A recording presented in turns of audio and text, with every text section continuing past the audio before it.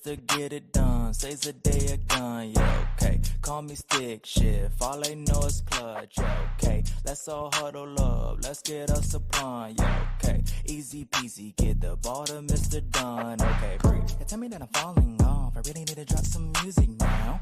But my music dope, I never fall through that crap pipe down. Everybody got a problem with you, but they don't really wanna solve it. Ask CC, I don't do no one, and just hold up the light to the father. Let's go. Asking me what your style wanna know. I switch it up like every song. Tell me how I'm supposed to know. No, I never drop the ball, man. I'm still up on my goals, and I got God with me. Tell me how I'm supposed to live. Ride in the city, and I'm trying to do the most. Cops try to jam me up, but I don't have the toast. Me, you can't have your cake and eat it too. Gotta choose. Well, I'm trying to cake up so I can have both. Goddamn, I'm doing my dance, doing my thing. Just seeing our blood and that's on gang. Ooh, you man, well that's okay. Cause I'm just me and I won't change. I should've kept swerve up in my name. Cause with this much drive, there is no lane. If you know the hook, let me hear you sing.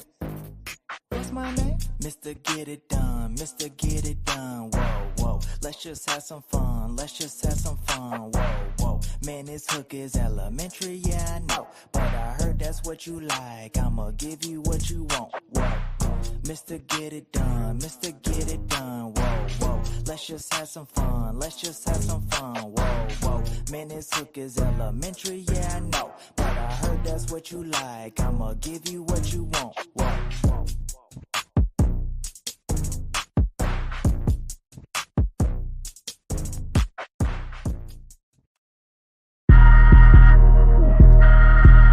Jazz. Alright, so boom. The big coming Carlos said he had a lit pregame and I could pull up on him. Tryna roll. For real? Bet.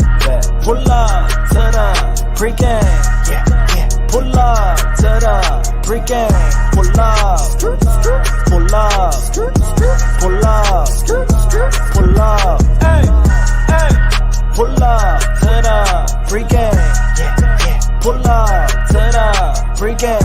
Pull up, pull up, pull up.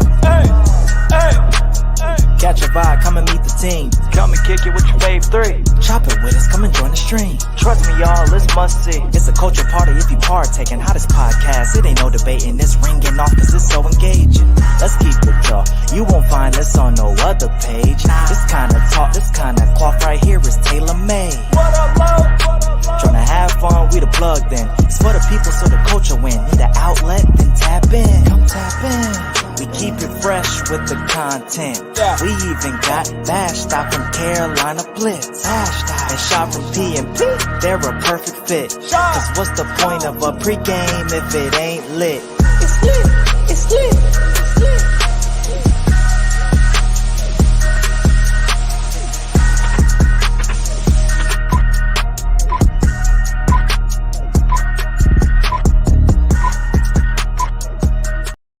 Yo, what is up, everybody? It's your boy, Carlo, a.k.a. I'm here. All right, it's the pregame. We live, and while y'all at it, like, comment, and subscribe. I'm excited, man. Every time I come on a Thursday, every time Thursday hits, I'm excited to come back to the pregame, man. I'm excited to be with y'all today. I don't have my co-host with me today, for a few different reasons. One, Shad, my guy, is living it up on a cruise with a vacation with his family. So shout out to Shad. And then shout out to Vashti. She is actually on a plane right now to Arizona to get ready for March Madness Final Four. So we all busy, man. We all got time. We all got things going on, man. So shout out to them for taking care of business and enjoying and reaping the benefits of taking care of business in terms of going on a vacation. So it's just us today. So I need y'all live in the comments. We are live on YouTube.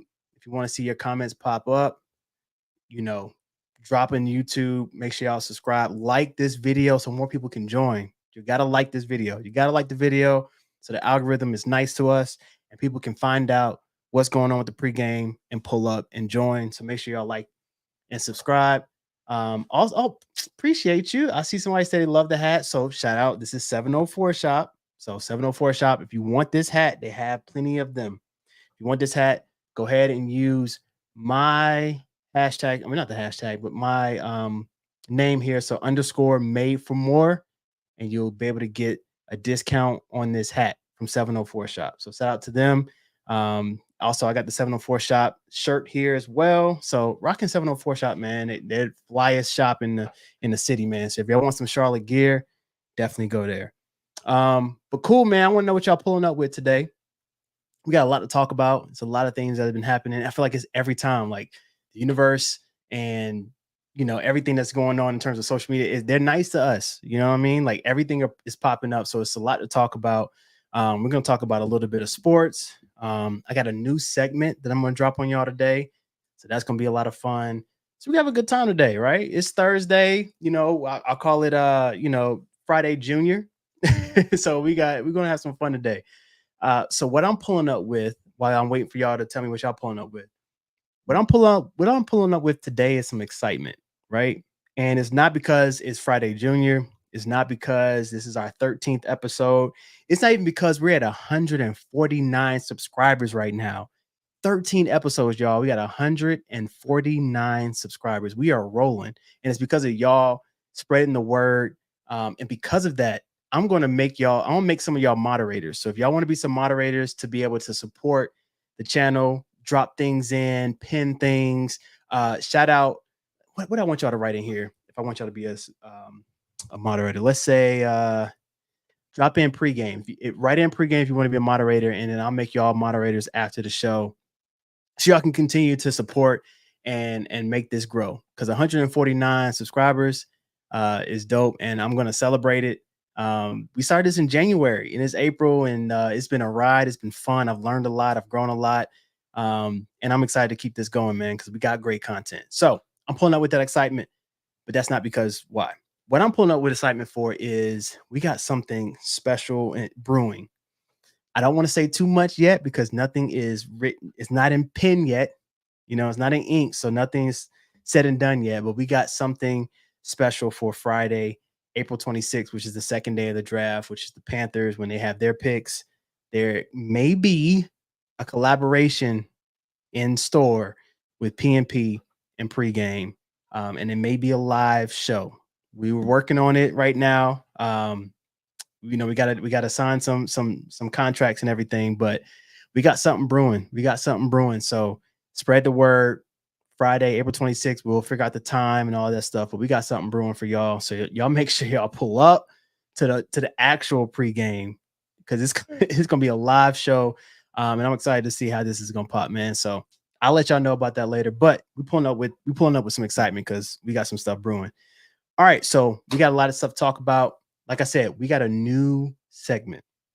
The segment, I've seen a lot of comments and everything, and people are enjoying getting to know who we are, Shad and Vashti, in terms of um, host and our personalities, what we like to do, just outside of just what we talk about, sports and all those different things. I think this is a very unique podcast because of the fact that everybody knows Shad from PNP and Panther Talk, Vashti from covering all almost like basketball and football in terms of Carolina Blitz. But this podcast gives us another platform to kind of show our personalities and show what we like to do outside of just that, right? This is why I appreciate this platform that we've created. So today, this segment here is called What's in Your Ear, right? And what we're going to talk about today is I have three different things that we're going to talk about. What's in your ear is around music, right? So let me share my screen here. Boom. So what's in your ear? So what I want to do is I have three genres today, and I want y'all to join me. So people on YouTube, Twitter, and Instagram, y'all drop in the comments, and we're gonna talk about it. But I'm gonna say what's in your ear. So basically, what this means is I want you to pick either a song or an artist that is on repeat for you right now. Now, granted, every time you pull up this segment, it may be something different, right? It could be a totally different artist. It could be a totally different song, which is what I love. It's all about the reason I like music so much is because I pick my music based off my mood. Sometimes I want to hear a little trap. Sometimes I want to hear some R&B or some classical music or some whatever it may be, right? So what's in your ear? So the first one we're gonna do is for what's in your ear, we're gonna pick a hip hop artist, hip hop song. So I want to know what's in your ear right now. What's that song? What's that artist that you have just been like, yo, this song or this artist has been on repeat. This album's been on repeat. I don't know what it's about. It could be an old song, whatever it is. Of course, look, somebody put, look, we talking about hip hop. You know what I'm saying? Beyonce, you put Beyonce. Beyonce, she put a country album. We said hip hop. Now, granted, she got some hip hop tracks on there, but majority of it is country. What we doing? So somebody said Future, Drake.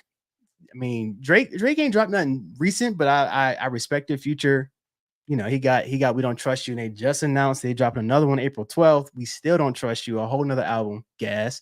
Um, but for me, somebody said the answer is always Beyonce. That's funny.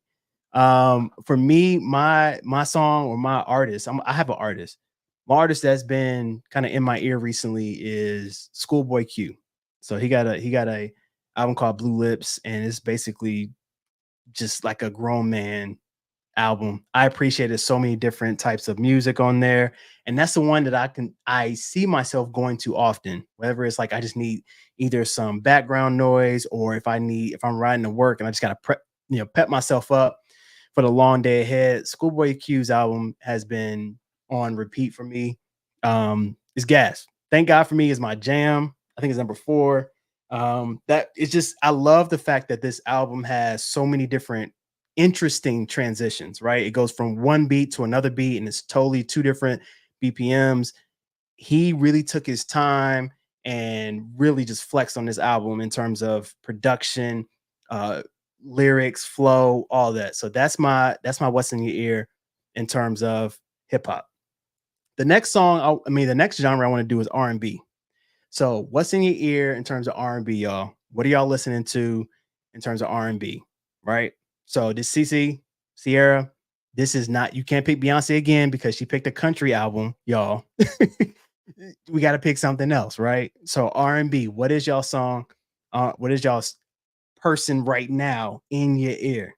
Somebody said Aaliyah. Okay, so this somebody went old school. So, yo, shout out to my dad, Baby Shark, because y'all shout out to y'all watching Cairo every day. So ain't no telling what he listening to. So I get the Baby Shark vibes. Oh, what I gotta shout this out. Chaz, you already know he did the anthem. I play him for the pregame, and he made the intro song for this podcast. So Chaz is always on repeat. Oh show. Cool. For me right now, I gotta pick a new song, not a new artist, but a new song. I want y'all to check it out. This is what we do it for, right? The What's in Your Ear. People are sharing music between one another. And then you never know. You may go listen to something or an artist that someone said, and you're like, oh, I forgot about that's a oldie but goodie. Or you're like, I never heard about this artist, or I never heard that song. And you never know. Music brings people together, right? And you can really tell people's personality or what people like to hear based on, the things that they listen to or the things that they say, hey, you should go check this out, which is why I enjoy sharing music. For me, it's You by Sir. So Sir just dropped a album a few weeks ago. You has been on repeat. It's a nice little vibe. I like the meaning of the song around like, hey, I'm writing this song for you type of vibe. So I always think about my wife, which is why I love R&B, because I immediately think about my wife. So that's the jam for me. So if you haven't listened to You from Sir, aka Inglewood Sir, make sure y'all check that out. It's a really good, it's a solid song. All right, so the next genre is the fun genre, right? I named this one the Hear Me Out. If you hear somebody say, yo, hear me out, you already know something kind of, you know what I mean? So the Hear Me Out song is basically an artist or a song that you don't normally listen to, but it has a hold on you. You're like, I know a lot of people may not understand this or may not rock with this, or it's just totally different, but this artist or this song has a hold on me, right? It's like the Misunderstood album. So like not the album, Misunderstood genre. So it could be like either rock for you, it could be country for you, it could be whatever it is. But it's Hear Me Out. Like, look, y'all, I know y'all gonna look at me kind of interesting, but hear me out. This actually is gas. What is y'all's Hear Me Out? For me, I rock with Tizo Touchdown, right? If you haven't listened to Tizo Touchdown, he is more so in the genre of alternative. However, he has a nice R&B vibe to alternative. It's totally different. He's a fairly new artist, but for me, it's like he is it's just a very interesting he's in an interesting lane, right? Um I've heard about him for a while, but I took a look at his album and I was like, yo, this is actually a vibe. And I remember sending it to some of my homeboys one time. I was just testing. I was like, look, I'm just gonna send this song. And the song, like, it goes from like a rock vibe, like a weird, like alternative vibe, not weird, but like an interesting alternative vibe. And then it changed to like this dope, like R&B vibe. And I rock with it. And so I sent it to my homeboys in a chat, and they were like, "Yo, Carlo, what did you send?" I'm like, "Yo, like I literally was like, hear me out, bro. Like you got to check this out. You got to check this out." And they were like, "I don't know, bro. I don't know." Everybody is different for everybody, right? But Tizo Touchdown is solid. He's a very good artist, makes really good music. Just a lot of people don't know about him. Um, that's another one that's on repeat too. For four bats, Act Two, Dated Eight, solid. She put the remix. You want to make sure she put the remix because Drake is in the remix. So I understand that too, but that's a solid one as well. So that's my hear me out. That's my hear me out genre. All right, so let's get into the all right. So boom, y'all. So let me get I haven't used my soundboard in a while, so I'm gonna get back into it. So here's a sound for all right. So boom. I so boom. All right, so here we go. I don't know if y'all heard about this, but it's a lot of things that happened recently in the news in terms of I don't know if y'all heard it. Let me get a little louder. I so boom. There we go. All right, so there's a lot of things that happened recently in the news, and the one that kind of like really was popping this weekend and this week was Rasheed Rice, who was a wide receiver for the Kansas City Chiefs. He was a rookie last year, and they won the Super Bowl, which is pretty dope. But recently, as in maybe I think it was like Sunday or Monday. I can't remember what city he was in, but he and his friends were racing on the highway and got into a car accident. And it was basically like a 6 car pileup. The bad part about it, like, granted, like, yes, you shouldn't have been racing all those, especially on the highway, especially as a celebrity or a millionaire or football player, a public figure. But then they fled the scene. They left the scene. And so people were saying, like, they didn't know who it was at first, but basically because this Lamborghini was leased, they found out whose name it was under, and it was Rasheed Rice. He even left his cleats in the trunk. And so people are like, this guy must be a football player, this, that, and the third. And so now the NFL, of course, the police are all investigating. And finally, this week, he came out through his lawyer saying, hey, it was me. I was the one driving. It's under my name, blah, blah, blah, blah. So a lot of people are looking like, okay, what does this mean? Is he going to get suspended? Is he going to get suspended from the NFL? Granted, thank the good Lord that this was not a Henry Ruggs situation where Rasheed Rice was intoxicated and someone lost their life. It wasn't that bad. It was just a 6 car pile up, so it's going to be expensive. But now the NFL is looking at everything and figuring out what they're going to do. There's been rumors that he may get suspended for a year. People don't know. It's still up in the air right now, but it's very interesting that he fled the scene. And so my thought process here is like, at the end of the day, people are like really getting on him right now and saying like, how dare you do something like this? And a part of me understands what people are saying, but then another part of me, and I think it's just the humanity side of me, really feels bad for the kid. And the reason being is like, the reason I feel bad is being a rookie, being young, and having that much money. A lot of I think sometimes the people that they are around, the OGs that are around, or even just the NFL really does not support these young people when they're coming into money. Like, some of these people are. I'm not saying this is Rasheed Rice because I don't know his background, I don't know his livelihood, I don't know, his upbringing. So I'm not saying this is him, but a lot of people come to the NFL that they really came up right in terms of economic mobility and making sure that they are really taking care of their family right now, right? And so for him to get that much money and then people around him are like, yo, let's do this, and like really egging him on to do things that are really going to potentially, in this case, not potentially because it actually happened, jeopardize his livelihood, right? Like, this man may lose a year of his career, right? And so sometimes I think like, man, I wish it was a program or something that the NFL can do that could really support either second year or rookies who were rookies going into their second year in terms of an offseason program, just to make sure that they don't do bonehead things like this during the offseason. If you notice, most of the things that happen with NFL players usually happen two times. One, during the Super Bowl, because most of the players who are doing things are not part of the playoffs. So they come to the Super Bowl, they come to this particular city, and they get in trouble. This happened at Vegas. One of the players got caught with a DUI and got in trouble during the Super Bowl. The other time is during the offseason. Yes, I agree. You are still responsible for your own actions. I totally agree with that. But at the same time, these are still, you got to remember, like, I can only imagine if I was 20, 21, 22, coming into millions of dollars and not understanding all of that, right? Coming from like whatever the upbringing may be. I just wish that the NFL could have something to at least assist them, whether it be an optional thing, but just I think they need some OGs to kind of tell them, yo, young blood, like you wilding right now, right? Like, please, like get your act together, be mindful of who's around you, because it was a lot of his homeboys with him, and they were both uh racing. They got a whole video out just showing them racing and end up getting a car crash with basically a six car pileup. And so I think that they should definitely either make I, I see you said they have programs, most players don't use them. I don't know if they have off-season programs because that's mostly when the trouble happens. And I just wonder, like, hey, is that something that they could potentially do? Because Rashid Rice is now like another example of a young black really good player getting in trouble during the offseason and now potentially losing his career, right? Potentially. We don't know what's going to happen, but it's just sad to see.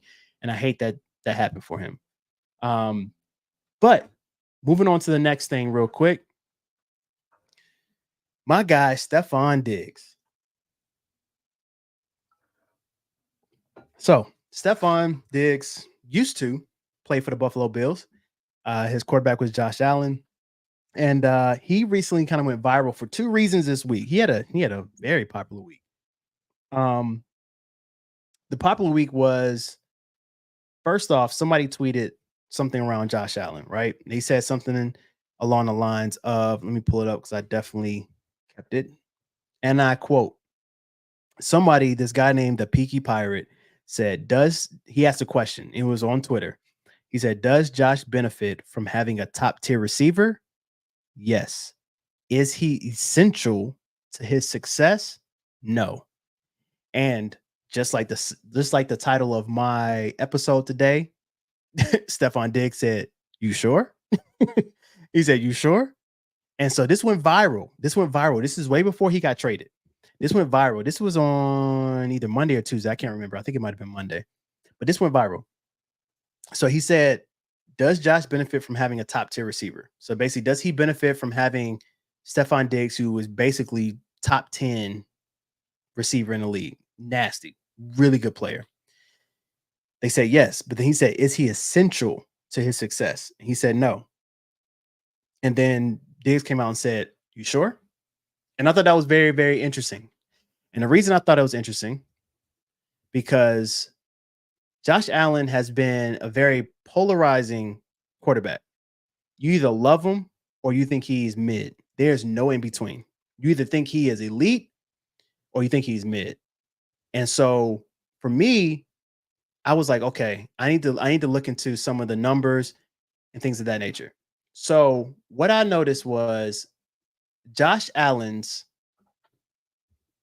win rate without Stephon Diggs. We already know what he's won and lost with Stephon Diggs. When Stephon Diggs is there, they've gotten far. They can never beat the Chiefs, which is interesting. And that's one thing that Stephon Diggs reportedly said, that he didn't think that he could beat the Chiefs at the Bills. But without Stephon Diggs, Josh Allen is 15-13 in his career without Stephon Diggs. That means whether before Stephon Diggs got there, no, excuse me, when Stephon Diggs was on the team or either hurt or just did not play, he was 15-13. So I thought that was interesting. I was like, okay, now granted, 15-13 without him, but granted, Josh Allen got a bag. And remember, he got that bag when Stephon Diggs was on the team. So I'm very curious to see what they're going to do because right now their roster without him is looking very interesting. You got Khalil Shakir, you got Curtis Samuel, and then after that, it kind of gets a little shaky, right? So I'm very curious to see what's going to happen. Now, Stephon Diggs, after that happened, a few days later, he gets traded to the Houston Texans. And as a Carolina Panthers fan, I'm looking like, oh, shoot. Here we go, right? And the reason felt that way is because, by all means, I said this before on the podcast, y'all. If y'all remember, when Carmelo and LeBron both came out the same year, they always said that Carmelo and LeBron's careers are going to be looked at and compared because both of them, it was an argument between 1 and 2. Who's going to go 1? Who's going to go 2? Right now, granted, yes, Carmelo went to Syracuse, won a national championship in college.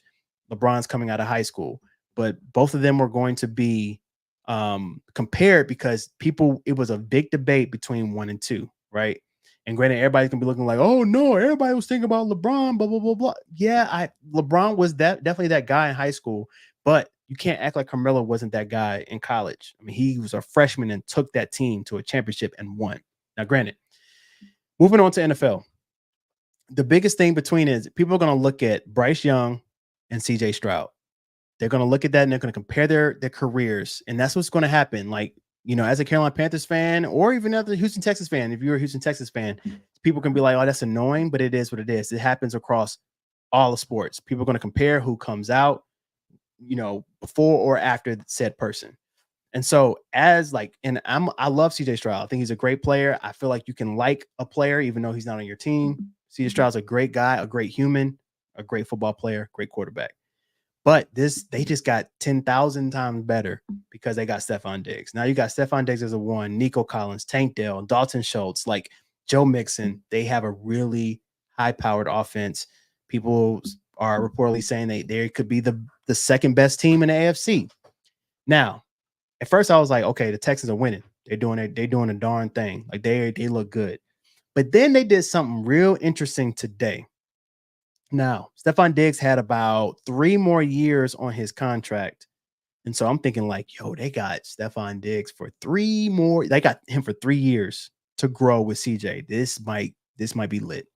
However, the GM of the Texans has worked with, I guess it was they came out and said it was a mutual agreement, y'all.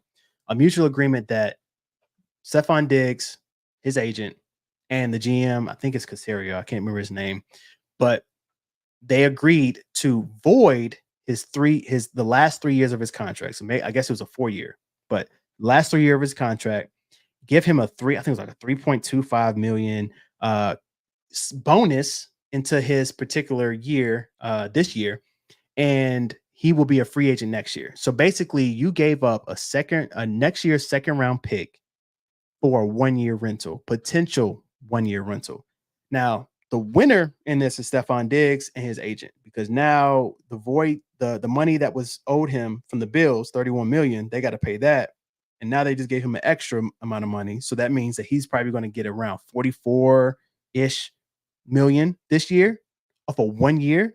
And then you're going to get a lot more money afterwards, because if you ball out, because they're saying that they did this to entice him to want to play well this year, because there's been reports that he is a locker room cancer. We don't know. These are all reports. I'm not saying that he is. I don't know.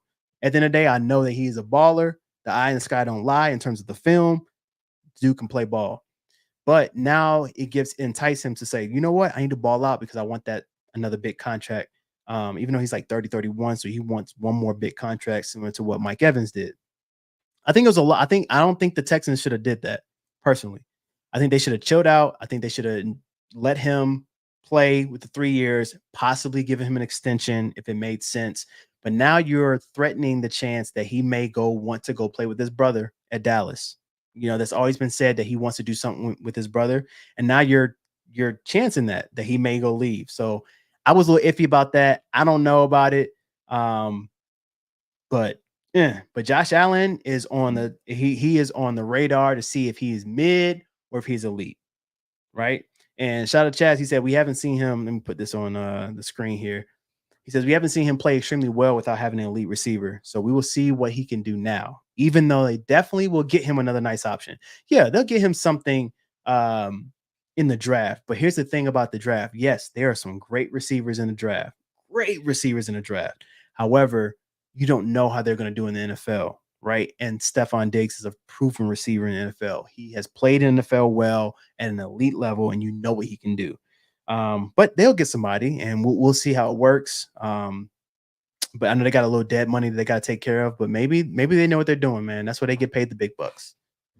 Let's move on. So I hope y'all watch. Look, let me tell you, March Madness has been pretty solid. All right, so I was a little iffy. I ain't gonna lie. At first, y'all, I was a little iffy about this March Madness tournament, and maybe I'm like this every year, but I'm a little iffy. Like, am I gonna watch March Madness? Is this something I want to invest my time in? And every year it never really disappoints because it's always good stories. It's always good Cinderella stories, and you really start to fall in love with certain players.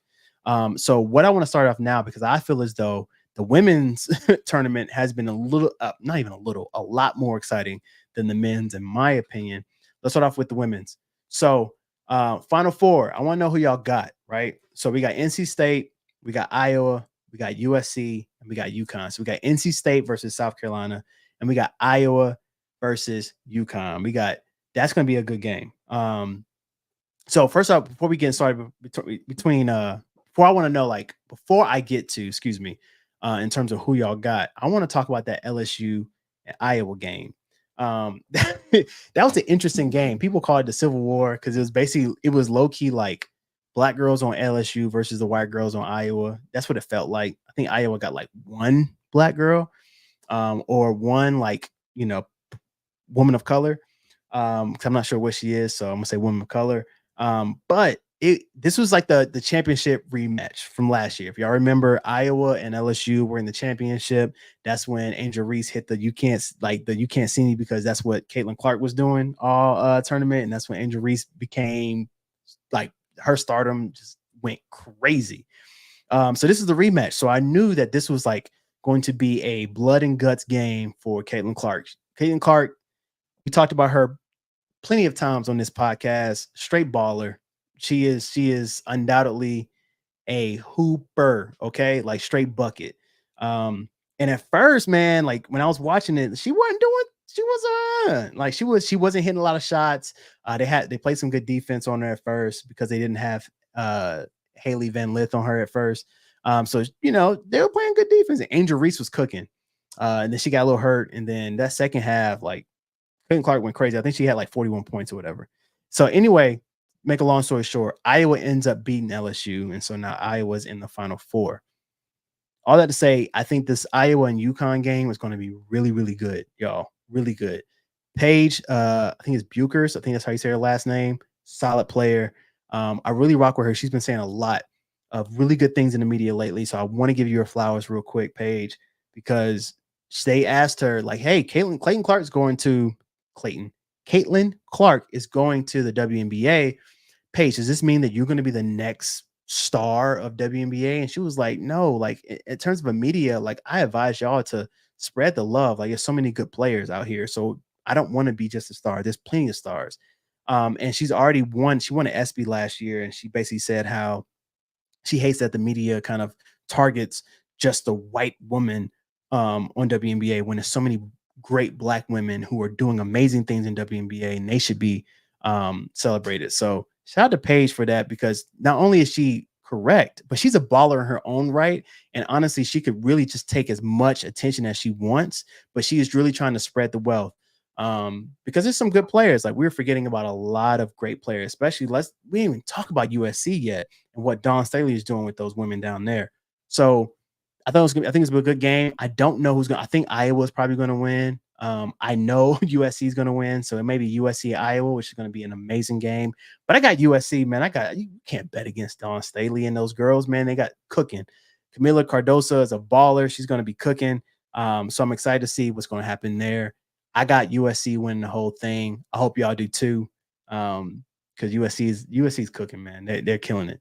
Let's get into the men Final Four, right? So we got Alabama, we got UConn, we got NC State, and we got Purdue. So Alabama and UConn are going to be playing.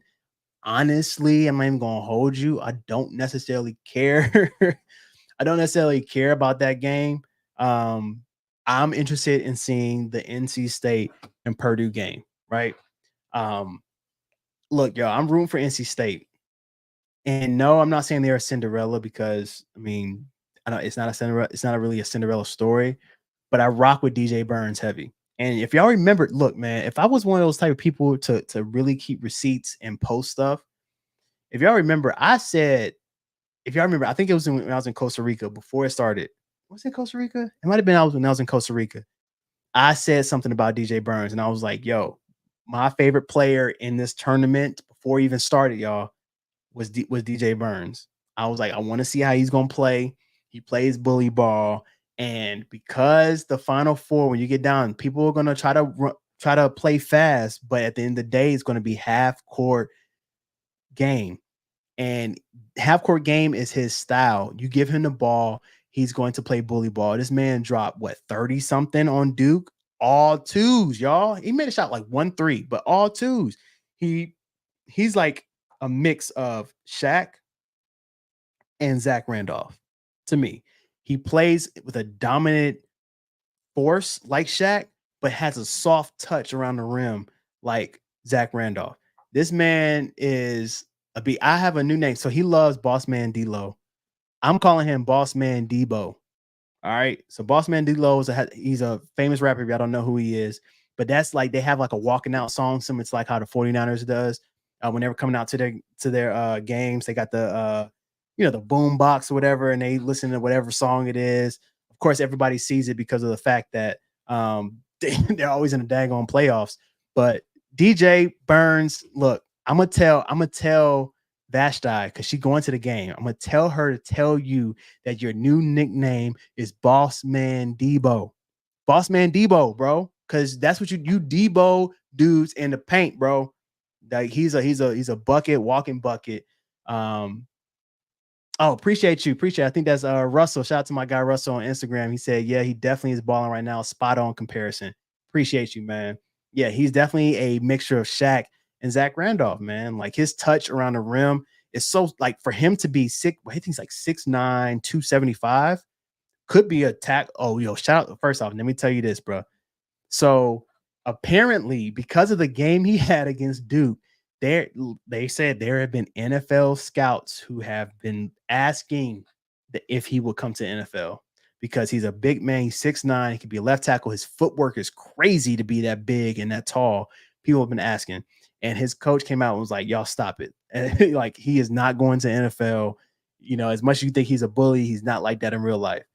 I don't think he needs to go. I thought it was really funny that NFL players are like, yo, what? Like, yo, come over here, bro. Like, that's very, very interesting. But Boss Man Debo, this is gonna be his toughest matchup, y'all. It's gonna be his toughest matchup because Zach Edey, I think that's how you say his name, from Purdue, is a solid player. He dropped 40 in his last game. 40, y'all. He is I think he's like 7'2" or 7'4". He's crazy. Like he has 300, he's 300 pounds, 7 feet something. I think it's like 7'2", 7'4", something crazy. I think it was 7'2". Um, this is going to be interesting to see how they play. Now, granted, I don't know if Zach's ever played somebody as aggressive and assertive as DJ Burns. This is going to be the game. Like low key, y'all. This is going to be the national championship game right here. NC State and Purdue. That's going to be the game to watch. I'm excited to watch Iowa and UConn. Right? See the two girls go at it, and then I'm excited to see NC State and Purdue to see Zach and DJ go at it. I hope DJ gives him the business. You hear me? The business. All right. So I'm excited to see how that's going to go. I'm hoping that NC State can make it to the championship. I think it's just a great story. And like maybe I'm selfish too because I want to continue to have like see Vashti go out there in Arizona and then to the national championship with a team that she's been covering for years. Like she's been covering NC State and all the Carolina sports for years. Who knows, man? Maybe she can get DJ to come on pregame, man. I don't know, but I think it'd be dope to see that happened, right? She's been covering like she posted something this week around like covering DJ Burns before everybody was hype on DJ Burns. I now like you can't go anywhere or any ESPN, FS1, any sports channel without them talking about DJ Burns. And Vashai and them been on it since the beginning, since day one. They knew what DJ Burns was about. And so finally people were like, yo, who is this guy? And they've been following this guy for years. So shout out to them, man. You know, you got to root for the home team. You got to root for a North Carolina team. So I'm hoping to see DJ Burns really continue to make his name. And after this run, you already know he declaring. He's declaring for the NBA, man. So I'm excited to see how his game is going to translate. But we're looking at the next Baby Shaq / Zach Randolph, man. So shout out to him. All right, so let's go from basketball to football. UFL kickoff weekend. So I was a little iffy at first. I'm not gonna hold y'all. I was a little iffy at first in terms of what to expect. For a few reasons. One, I knew what XFL. I've seen XFL before, so I knew what XFL brought. The behind the scenes looks of like hearing coaches give plays to to quarterbacks, hearing the insides of when a penalty is called, how the referees are talking to each other, the camera angles, the kickoff situation. Like I knew what the XFL brought. However, I never really watched the USFL like that. I might have saw highlights that may have posted on ESPN, but I didn't know what to expect, y'all.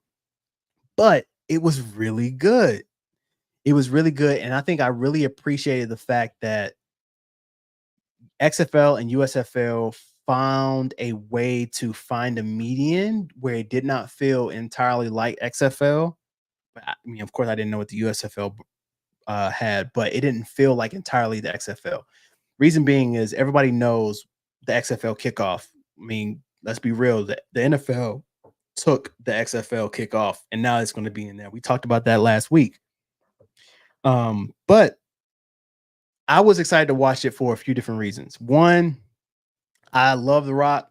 I mean, one day we're going to do a starting lineup of wrestlers because I mean, I grew up watching WWF at the time, now WWE. So, you know, anything Rock does, I got to support unless he do something crazy. He hasn't done anything crazy yet, so I'm going to continue to support. But the other reason was, I mean, we got a former Carolina Panther quarterback by the name of Matt Corral, aka Matty Ice, who was playing, right? He ain't no aka Matty Ice. That's Matt Ryan. I'm joking, y'all. Um, so Matt Corral, right? He was on I forget, the Birmingham Stallions was the name of the team. And so I'm like, okay, I want to see how it is because like he's had a very unique, is the word I'm going to use, very unique journey in NFL, right? You get we I'm gonna talk about this terrible front office, right? We went from Matt Rule and Scott Fitterer trading up to the third round to draft this guy for him to then get hurt, get a Liz Frank injury, to then moving on from Matt Rule to Frank Wright, to then getting traded or let go, picked up by New England. Then he doesn't report, disappears, and then now he's in UFL. So like I appreciate like him trying to find his journey through this particular situation, but I know it hasn't been really good for him. And I want him to land on his feet. Like it seems like he seems like a very nice guy, right? I want him to land on his feet. So the game was very interesting. His team ended up winning. He threw a pick, really wasn't his fault, but he threw a beautiful deep ball. Pause. No Diddy. He threw a nice pass to, Deion Kane, who I forgot what school Deion Kane went to, but he threw a nice pass, and you know you can see the flashes, you can see the little flashes on there. But I disagree. I don't think you say he didn't look too good. I think he looked okay. I think he looked okay. I think he looked like a UFL quarterback. Let's just be real. Like he looked at a UFL quarterback. Like there's a lot of inconsistencies, and you know that you should know as an NFL fan watching the UFL, you're not going to see a perfect game. You're going to see some issues with players, which is why they're in the UFL. But you're hoping to see really good flashes and consistent flashes to know, like, hey, I may give this player a chance, right? So I think, yeah, and I agree. Like he didn't get a proper shake with us. but I mean, it's really not his fault. Like, yeah, he got hurt. You can't control getting hurt, but at the same time, it's a lot of the front office situations, which we'll get into a little later on. So, yeah, shout out to Matt Corral and the Birmingham Stallions. They apparently the Birmingham Stallions won the UFL last year, and they played the champions of the XFL and ended up winning. So I'm curious to see, like, after this weekend, this past weekend, and next weekend, which one is better? We're really figuring out, like, was the UFL a little stronger? Was the XFL a little stronger? So I think it's gonna be very interesting. But there were some great viewership. I can't remember what the numbers were. I should look those up, but life happens, y'all. So I'm sorry I didn't look at those numbers. But it was actually pretty good. A lot of people I saw on Twitter that I follow, a lot of my homeboys was watching. So yeah, I think it's good. Like, spring football is solid, man. Any football is football at the end of the day. So I'm excited to watch it. But I want to talk about this other guy right here, man. My guy, Jake Bates. I literally, when I saw this happen, y'all, I watched it live. I literally, my dad, and my brother got a group chat, right? And the group chat is literally sports, mixed martial arts, and any other crazy thing that we see that we want to let each other know about, right? So I literally posted when I saw Jake Bates happen. I like to send voice messages because I want people to hear my tone, my excitement. Like, so I enjoy voice messages. I'm that voice message guy. My dad hates it, but I'm a voice message guy. And so I messaged him. I said, "Yo, remember this name, y'all. Remember this name. I'm saying it here on the pregame podcast. Jake Bates is going to be in the NFL if he continues on this trajectory, right?" So let me tell you about Jake Bates. Jake Bates, I can't remember what team he played for. It was an XFL team, but Jake Bates he's a kicker for a UFL team. He was a soccer player, and he played in high school. He was a kicker. However, when he went to college, they basically pushed him into a lane called the kickoff specialist. I don't know what that is. I guess like a kickoff specialist means that you're good at certain onside kicks, or you can kick it in certain directions or kick it out of bounds. But he was a kickoff specialist, which means he did not kick field goals. So when he gets to the UFL, he has not kicked a field goal in a game since high school, y'all. Since high school. So his team is down. They need to, I mean, excuse me, the game is tied up, y'all. And he has to kick this field goal to win the game, right? Granted, it's like maybe 10 seconds left after he kicks his game. So as he kicks his ball. So he kicks, first off, it's a 64-yarder, y'all. A 64-yard field goal, and you have not kicked a field goal since high school. So of course, I already knew was going to happen. I'm sitting there watching it with Cairo, and I'm looking. I'm like, yo, they're getting ready to call a timeout. They're going to ice this kicker. So they ice the kicker, but they call a timeout. They still hike it. He kicks the ball, even though they called a timeout, and it's straight down the middle. I'm like, yo, 64 yards. You ain't kicked in a game in this pressure to win the game since high school. Like, what? Down the middle. I'm like, okay, that was his one. I'm thinking he gonna miss it. I'm like, okay, that was the one that he wish wouldn't when they shouldn't have called a timeout. So he comes back, man. They did not call a timeout. They hiked the ball straight down the middle again. Boom. The announcer said it would have went for 70. And I'm like, yo, 70 yards? Immediately, I'm like, he's going to NFL. And the next day, y'all, all on Twitter, I see NFL scouts are asking about Jake Bates. NFL scouts are reaching out to see what he can do. I promise you, he's going to be on some roster. I'm not saying he's going to make the team, y'all, but I'm saying he is going to get a training camp invite, y'all. Like, he kicked the crap out that ball, y'all. He kicked the crap. It could have went for 70. That's like low key old boy from the Ravens vibes. I can't think of his name right now. I see his face. I can't think of his name. That was amazing. And it was accurate as crap, right? So shout out to Jake Bates, man. I hope you continue to do well. And I do hope you get your chance to go to NFL because it was a solid kick.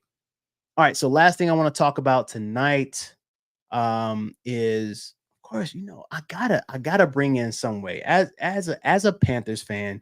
You gotta bring Justin Tucker, Descartes, my guy. I appreciate you.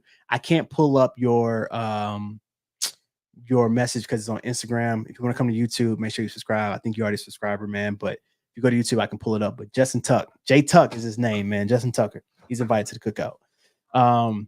Yeah, Justin Tucker. Like, it was low key Justin Tucker vibes, man. Like, his hit was like a Justin Tucker vibe For real, for real. But I always gotta find a way to put in my Panthers, man. I gotta find a way to talk about my Panthers, man. So, it's a good it's a good and bad thing about having a new regime, right? The bad is we got a new regime. We got a new regime. We got to start from scratch all over again. But the good thing around it is the fact that we get to get more and early content in terms of being Carolina Panthers fan or NFL fan. So, for those who don't know, if you get a new head coach in the NFL, you can start your off-season regimen or your off-season timeline earlier than call it a coach who has been there for a while. So let's use Andy Reid for an example. Andy Reid can't start as early in April because of the fact that he's been such an amazing coach as he is. Granted, he doesn't need to because the culture, his style of play, his style of coaching is already established within the locker room, right? As a new coach, you need to start a little early because you have to establish the culture. You got to establish your scheme. You got to establish all those different things. So, um, we start in terms of the Panthers. We start on Monday, April 8th. I'm excited, man. I think I'm excited. It's the first time that Dave Canales can truly and legally get in front of the team, have your meetings, have that presentation, have that first coach meeting to kind of really lay the foundation of what this Panthers team is. And I'm excited. And I'm excited for two reasons. One, I'm excited because of the fact that I look, man, we don't know yet how he's going to be as a coach. We don't know yet. But what I do know is this man is a smooth mother effing talker. This man has aura. He says all the right things. And so he is like a baby Pete Carroll, y'all. Pete Carroll, you can say what you want about him in terms of his USC stuff, but in terms of juice and energy, this man brings it. And he is basically just like that. He comes from his coaching tree, and I feel like he's really going to get these boys fired up. And I'm excited to see what's going to happen. My hope is that the Panthers do what the Falcons did with Raheem Morris. If you did not see Raheem Morris, his first meeting with the team was recorded, and they posted it on social media, and it was fire, man. Like you really realize why people like Jalen Ramsey and all these star players are like, yo, Raheem is him. Like he's a great coach. He's a connector. He really makes sure he gets the best out of people. He is a relationship builder, and you could really see it out of that particular clip. I was like, yo, this is solid. Like it wasn't like, oh, like being hard on guys. It was really more so like, I want to get to know you. I want to know what you're doing. I want to help you. Like it talked about team and family and all those different things. And I think that's what's really going to connect these guys. Right. So I hope that we do the same thing with Dave. I know that he's probably fired up for this, man. He probably got a lot of people in his corner prepping him and getting him ready for this first thing. Like, they say, man, like your first impression is the best impression, or you're only like the time where people can really truly get to know who you are as a person, that first impression. And for some people, that first initial presentation, that first initial meeting really sets the foundation of what this season is going to be. Like, okay, Dave is here. He's not going to play games. He's serious about what he's talking about. He means well. He wants to make sure this team is good. This man has ton of energy. This, that, and the third. Even in one of his interviews with the Panthers, he talked about how he's going to be like so close to pulling a hamstring because he runs during practice. He feels as though practice is the most important time in whatever they got going on that week. So he takes practice super serious. He likes to put his team in very uncomfortable situations because that may happen in the game, and he wants to make sure that everyone's prepared. So he's literally going to be sprinting from offense to defense to special teams to whatever it is. He's going to be sprinting. However, one thing I really like about him is that he understands discernment. And what I mean by that is you have to understand exactly when to turn it on and when to turn it off, right? So he turns it on during practice. He gets them riled up. He gets them ready. He wants them to have fun. He wants them to enjoy practice. He wants them to enjoy going to work every day. And the way that I think about it too is like, as people who go to 9 to 5s, as the 9 to 5ers out here, right? We want to enjoy going to work, right? Which is why I enjoy what I do and what I like in terms of where I want to what I want to do. I want to enjoy what I do, right? Because that's what makes it fun. That's what makes it fun to come to work every day, enjoy the people that I work with, and all those different things. It's all about culture. It's all about building a culture. One thing that I love, and I got from Danny Myers, who is the owner of Shake Shack, he said, culture is like a newborn baby, right? You have to feed it every day and nurture it. But when it makes a mess, you got to clean it up really quickly. And that's what it's really about in terms of work. But then also, let's talk about, we're talking about the NFL here. He has to build that culture, right? Because that's all you have is that culture. That's what's really going to be the foundation of the team, right? He talks about what he wants the culture to be. On defense, take away the ball. Take away the ball by any means. On offense, keep the ball, take care of the ball and score. He has the culture. He knows what he wants to do. You want to be able to have fun or do something great, right? So in terms of that, I'm excited to see what he's going to do. You got to be able to create that culture, and because we've had a shift in culture, and what I mean by that is a shift in kind of moving out that old, in terms of like Brian Burns and Von Bell and Hayden Hurst and Dante Jackson, all these people are leaving. Now we need to move in. We have a lot of new players, and so that culture is going to be different. You got to establish that early and often, right? So I'm excited about that. I'm excited to see that. But the difference between the discernment piece I was mentioning is he said that he's totally different when it comes to calling plays. He said, think of it like, you know, rah rah music in practice and then classical music when it comes to calling plays. He wants to be calm, cool, collected. He says he's very monotone when he's calling the plays to the QB. And then when he needs to turn up when they score and get excited, then he turns up.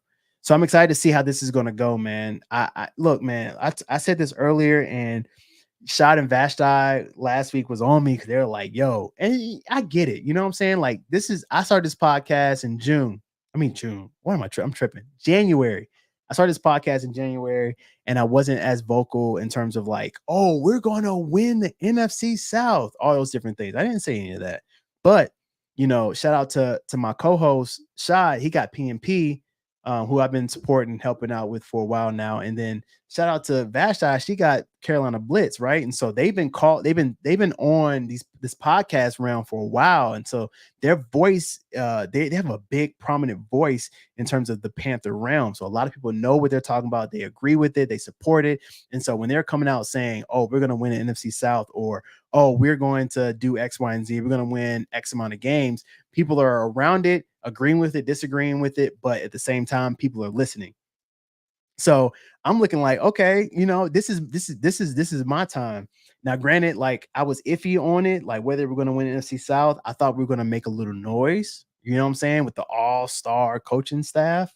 Um, the all-star coaching staff.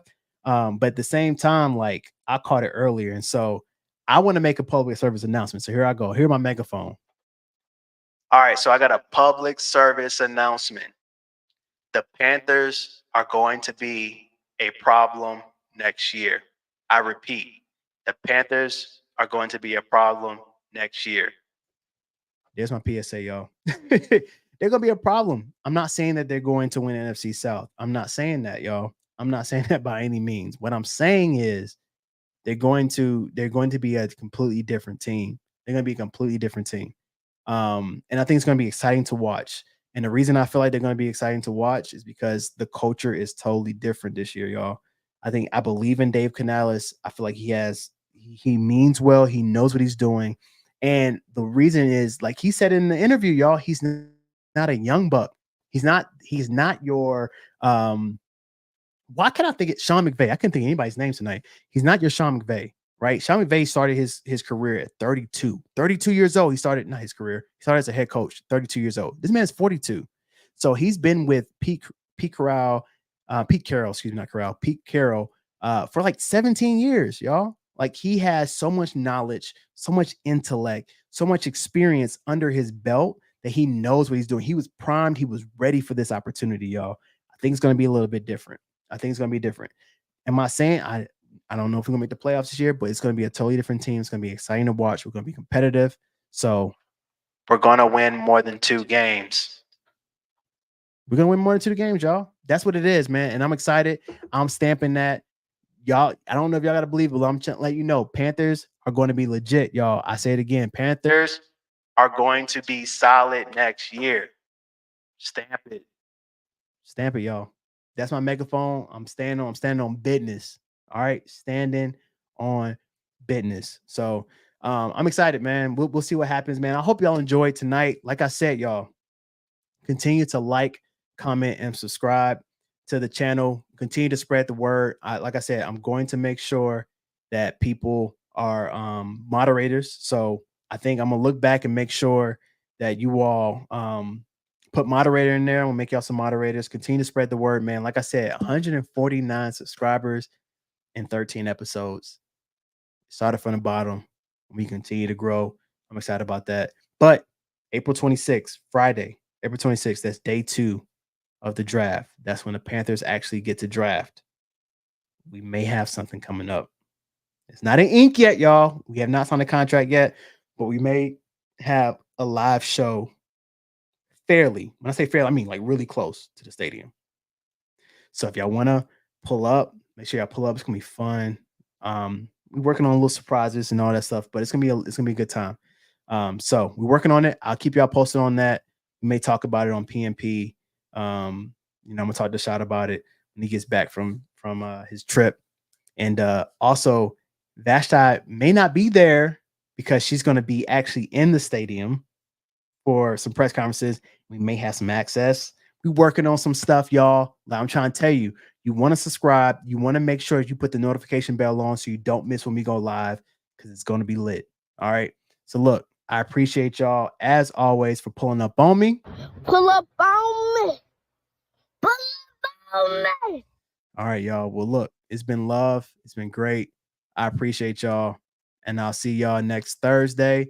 Also, one thing I want to say while I got 20 people up here right now, I know a lot of people have already left. I still got 20 people right here. When we go live on April 26th, if it still happens, April 25th, that Thursday, we will not go live on that Thursday. Well, I may go live. I may go live for the draft. It may be fun to kind of just watch the draft together. I may pull up the draft on the screen. Well, I'll think about it. So I may change that. But we'll keep y'all posted on everything. But thank y'all for pulling up on me. We out of here, y'all. Peace.